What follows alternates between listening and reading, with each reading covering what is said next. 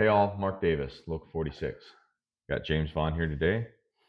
We're going to talk about a couple of things that have been going on lately, and specifically, I wanted to ask you about what happened the other night at the mic when you were silenced by Warren Schill. Yeah, absolutely. And thanks for having me, Mark.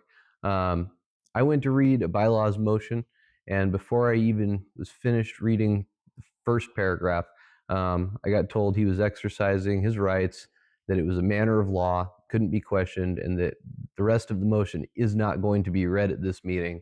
I'm going to the bylaws committee, and that had already been scheduled. Yeah, I don't understand. And when questioned about the what what he was referring to, was it in the bylaws or is it in the Constitution? He described it as under his presidential duties, he's able to shut you down from being able to even ask ask a question. Right. And that was the point, is that, you know, I wasn't able to read to the family what I wanted to change. So yes, it did feel like getting silenced. I didn't see any reason why I shouldn't be able to just read off the rest of what I wrote.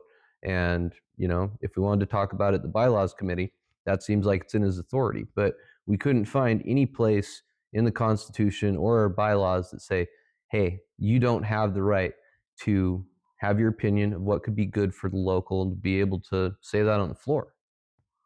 It wasn't the first time you were silenced that night either. You had a question about another one of the delegates' reports and our return on investment for the work that's being done, and Warren shut you down from talking.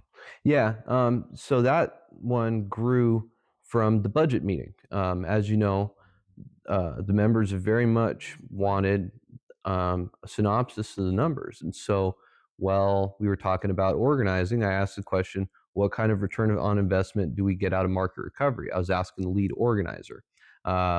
Organizer Peter decided to step up and say that our best return on investment was going to be from political spending. And I hadn't been given the LM2s yet. I didn't have the information. I hadn't had a chance to look at it, no ability to retort or process that information. So later, after having combed through it, I wanted to just see if there was any like statistical fact for what he decided to say at the microphone during our budget meeting. I mean, if you say that we're getting a good return on investment for our political spending, I just wanted to know what the numbers were. The question was, hey, is it possible to produce those numbers? Not an expectation of knowing exactly what we get back right now. And let's be clear, it was in the question and answer session after his report. Yeah. So it was seemed completely relevant. And the room, I heard the people around me in the room saying, I don't understand. This is the question and answer session of the report. Right. And what I remember hearing was that is out of order. That was not in his report. To me, it all just kind of becomes full circle. Honestly, I was trying to give the political organizing side of things an opportunity to say, hey, this is what we get when we invest into the politics side of it. We spend money on market recovery, we get a return on investment.